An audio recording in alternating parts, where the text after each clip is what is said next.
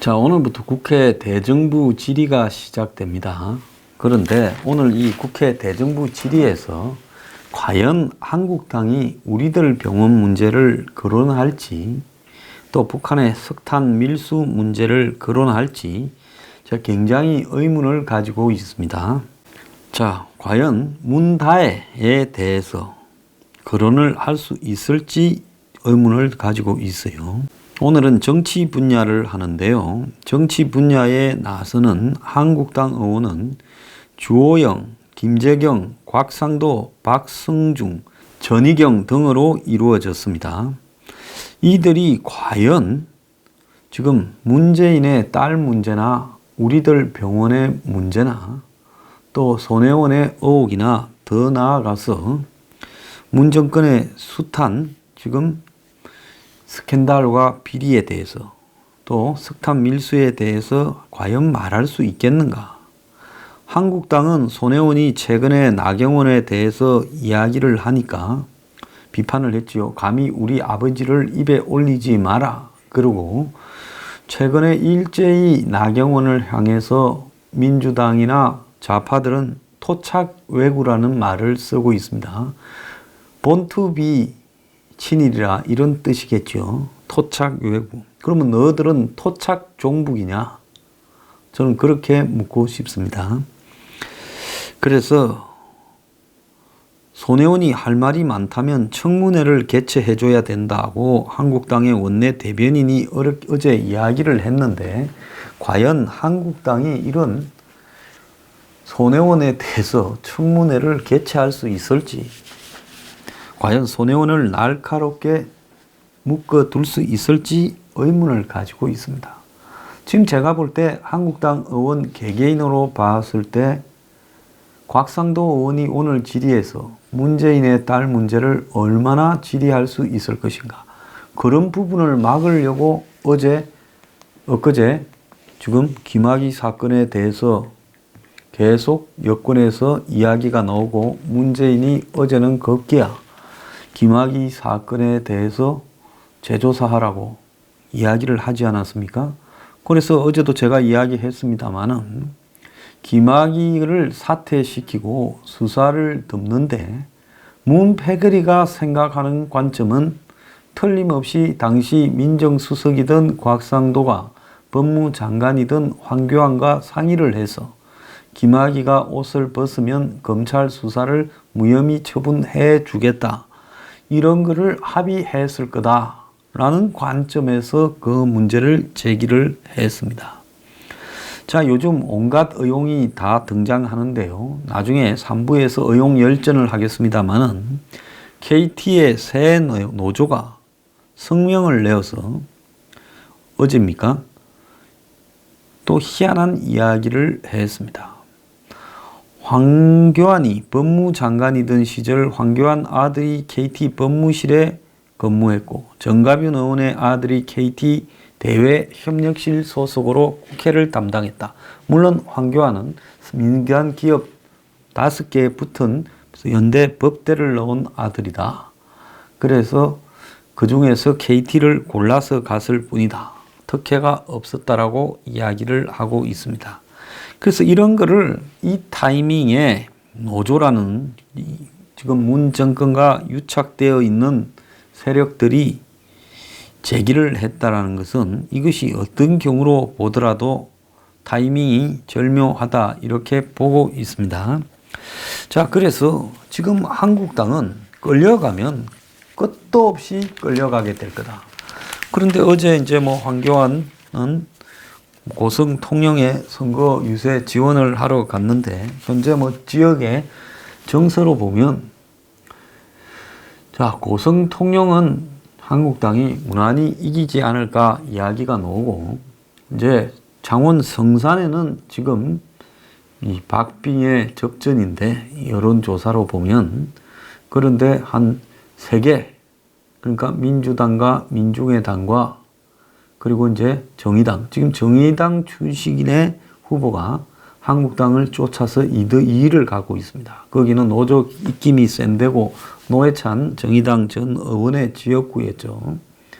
그러니까 만약에 민주당 후보가 사퇴하면서 미뤄져 버리면 그때는 이 한국당이 이기기가 쉽지 않을 수도 있습니다. 그래서 제가 볼 때 며칠 전에, 하루나 이틀쯤 전에 민주당의 후보가 사퇴할 가능성도 있지 않는가, 그렇게 보고 있습니다. 일단 뛰어보다가 선거 직전에 사퇴를 하면서 여론조사로 단일화를 이루는 방법을 선택하고, 그럼 사퇴한 사람은 또 공기업 같은데 한 자리 얻으면 손해볼 것도 없는 거죠. 자, 근데 윤규건이라는 사람이 빅뱅의 성리와 또 같이 동업 등을 하는 유리홀딩스의 유인석 대표, 뭐 이런 사람들과 가까웠다. 또 여러 가지 지금 걸린 건들을 딜을 봐줬다. 그래서 여러 차례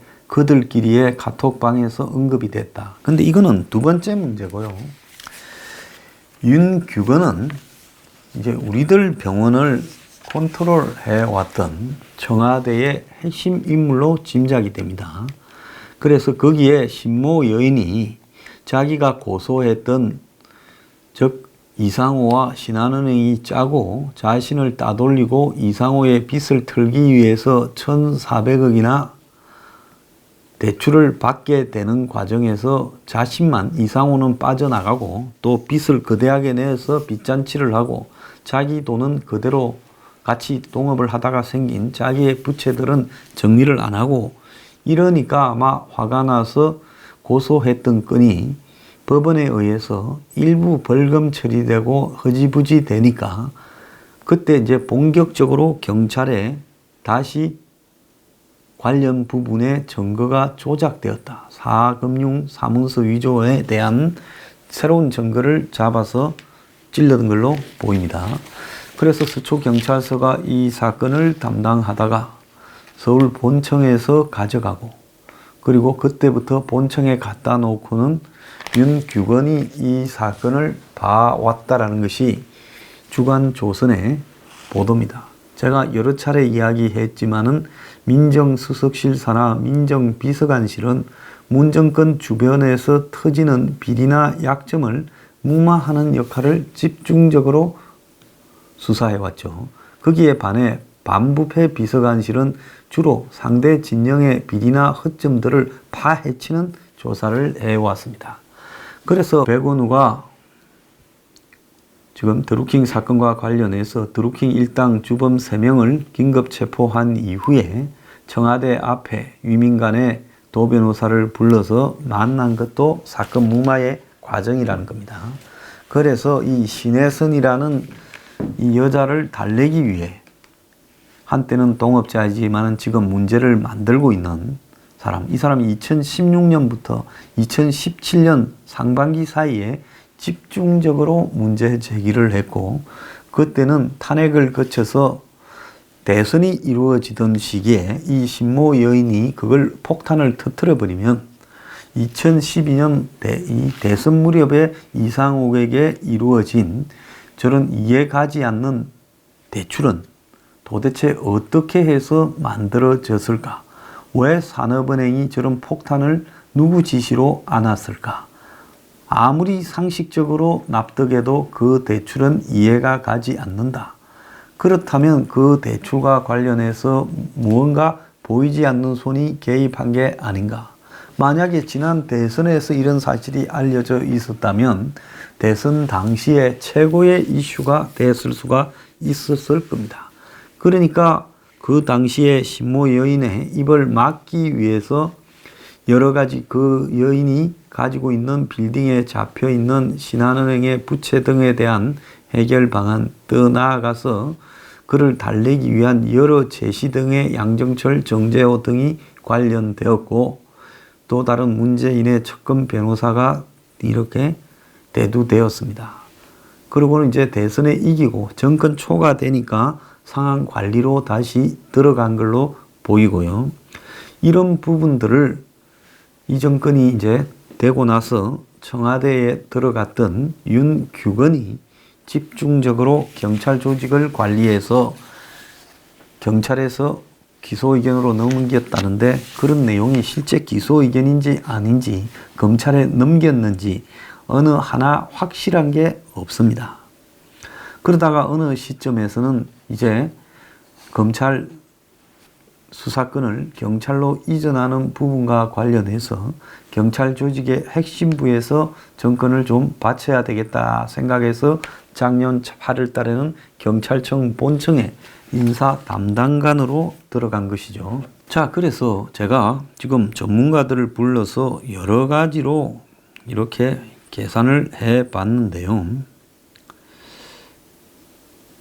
지금 산업은행과 이상호 간의 대출에 있어서는 한마디로 완전히 산업은행이 이상호를 봐주고 신한은행의 등에 폭탄이 되어버린 부채를 정리해주는 그런 역할을 수행을 했습니다.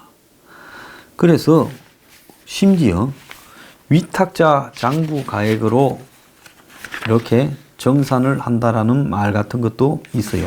이 말은 뭔가 하면 이상호가 담보를 자기가 가까운 감정평가사를 데려다가 얼마다 하는 쪽으로 지금 이렇게 한다라는 말까지 되어 있는 겁니다.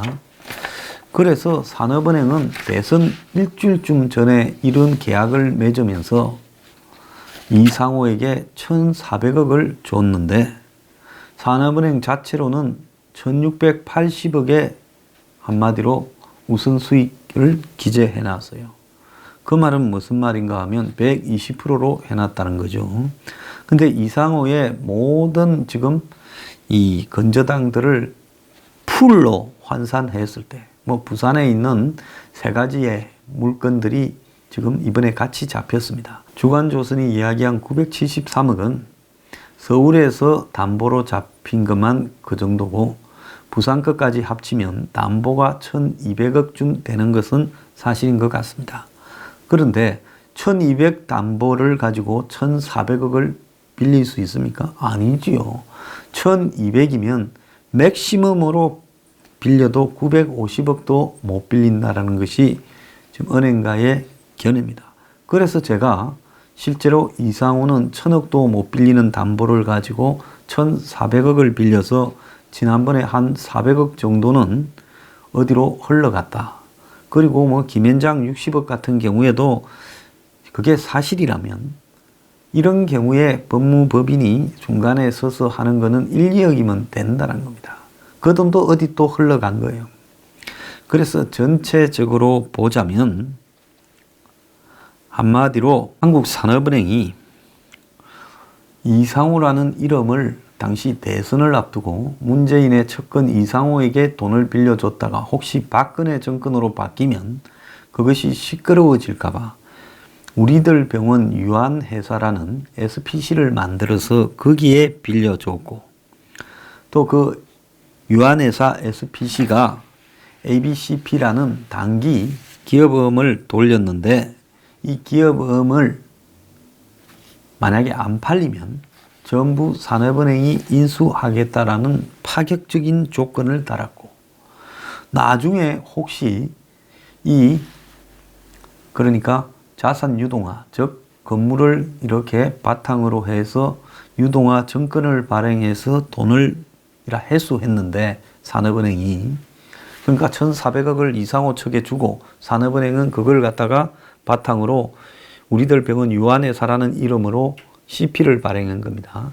그런데 혹시 나중에 이것이 문제가 되었을 때는 자산 보충 약정, 즉 산업은행이 신용을 다 책임지겠다. 즉 이상호를 가지고 금융 상품을 만들었는데 이상호 담보를 가지고 그것이 문제가 되었을 때는 산업은행이 책임지겠다라는 파격적인 조건을 달한 겁니다.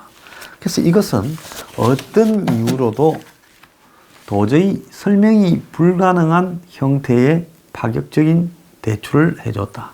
빚더미에 올라서 파산한 사람한테 온 빚더미 여기저기 은행 1금융, 2금융권에 빚이 진 사람한테 지금 산업은행이 이렇게 해줄 수 있느냐. 경남은행에도 빚이 있었고 신한은행, 우리은행 온갖 은행들의 빚이 한마디로 나뭇가지에 연널리듯 걸려 있었던 이상호에게 산업은행이 한 방으로 왕창 빌려줘서 그 빚을 다 끄고, 즉 이상호의 지금 병원과 일부 재산들을 상대로 걸어놓고 있다가, 그것도 2017년이 되니까 그 건물 중에 하나를 팔게 해서 빚을 1,400억에서 1,000억으로 줄인 정황이 지금 나타나고 있는 겁니다. 그렇기 때문에 이 지금 이상호와 산업은행 간에 대선 시기에 벌어진 수상한 거래, 이거는 나중에 따지다 보면 MB척이 또 등장할 수도 있는 문제예요. 이런 부분과 관련해서 왜 문재인이 MB만 이번에 1년도 안 되는 시기에 먼저 풀어줬는가를 짐작해 볼 수 있는 측면도 저는 있다고 봅니다. MB의 가신인 강만수 산업은행장 때 대선 일주일 앞두고 이런 수상한 거래가 산업은행에서 주어졌고, 이렇게 담보를 초과하는 오바된 액수는 분명히 정치 자금으로 일부 흘러 들어갔을 거라는 것이 제 견해입니다. 통상적으로 그렇게 될 수밖에 없죠. 그러면 침묵을 지키면서 뉴스 브리핑이 제대로 보지 않도록 방해할 게 아니라 이 부분과 관련해서 한국당은 윤규건, 우리들 병원, 그리고 문다의 관련 부분을 엮어서 특검으로 발의하기를 바랍니다. 그렇게 해야 한국당이 지금 문 정권에 끌려다니지 않죠. 제가 아까 이야기를 하지 않았습니까? 일부에서요. 문 정권의 의도는 황교안을 겨냥해서 지금 벌써 한번 보세요. 김학의 동영상과 관련해서 황교안을 겁니다. 법무장관으로 차관이 사퇴하는 부분에 단순히 사표만 받았겠느냐, 거기에 따르는 또 다른 사건 무마도 약속하지 않았겠느냐. 근데 이런 부분들을 밑에 검찰 조직에 지시했느냐, 또 당시 청와대 민정수석이던 곽상도와 황교안은 어떤 의견을 교환했느냐, 이런 부분들을 캐묻고 심지어 황교안의 자녀 문제까지도 들고 나왔습니다. 근데 이게 다냐? 아니에요. 끝도 없이 나올 거라고 보고 있습니다.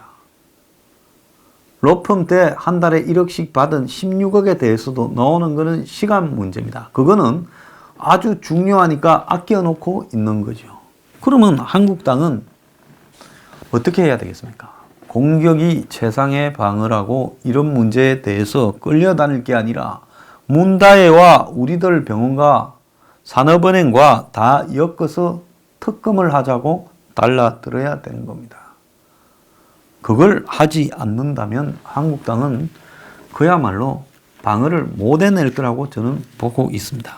그래서 거기에 신모 여인을 불러서 청문회에 입을 열게 한다면 어떤 폭탄 선언이 나올지 모르고, 당시 산업은행에서 대출이 이루어진 경위에 대해서 당시 그 대출의 실무적인 역할을 담당했던 여신 책임자와 실무자들을 불러서 묻게 되면 과연 산업은행에서 강만수가 지시했냐, 아니면 더 우선이냐 하는 부분까지도 나오게 될 겁니다.